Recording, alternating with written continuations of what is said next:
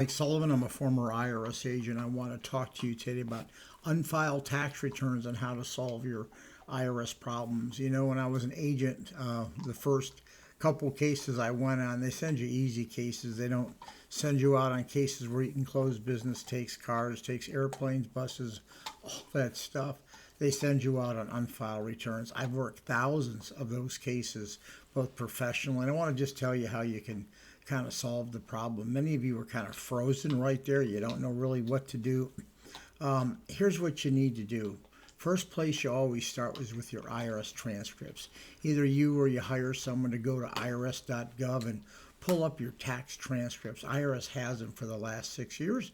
It gives you a good idea where you stand with IRS. It has any 1099s and W-2s you have. It also has whether you filed or not.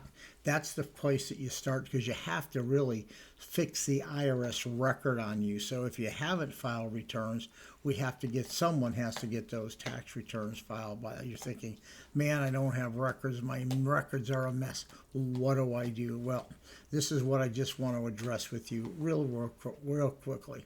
The first thing that, in fact, that you have to do is you have to go ahead and start somewhere, and that's most people just don't have records, but there's biz stats that are available. See, you can always back into your income. You can pull your bank statements up and find out how much you made.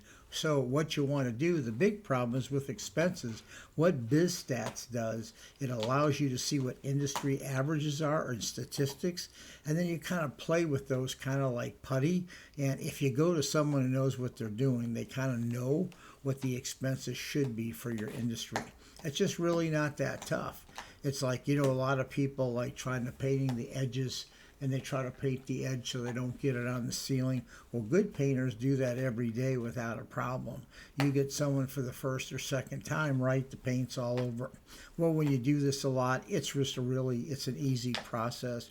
We can see a tax return and get it filed. But listen, don't get all caught up with this. The fact that you're watching this means you want to do something. So go pull your IRS transcripts up. Go to irs.gov and ask for your transcripts. There's 5 of them you can pull up. Ask for your record of account, and then ask for your wage and income transcripts. You'll start seeing what IRS has on you. Then you got to go ahead and start to put your income together every year. Just do it a year by year. Don't go in this massive every year. Just take your time and go through it. You know, a good way to find out how much you earn, Billy, is look at your living expenses. If your living expenses are about $8,000, $7,000, $6,000 a month, and you're paying those bills, we know that that's your income coming in. So there's ways to back in. So don't get all caught up with the process.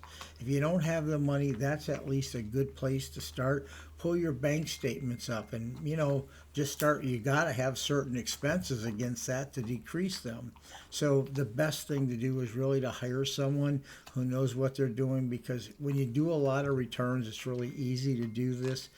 It's tough. I mean, I know people who had a tough time. I told some of the guys, just sit there while you're watching football and try to go through your bank statements and check them off. But at least you're listening to this. At least pull your IRS transcript up. Then get some advice from somebody else if it's not me. Thank you for listening. I appreciate you.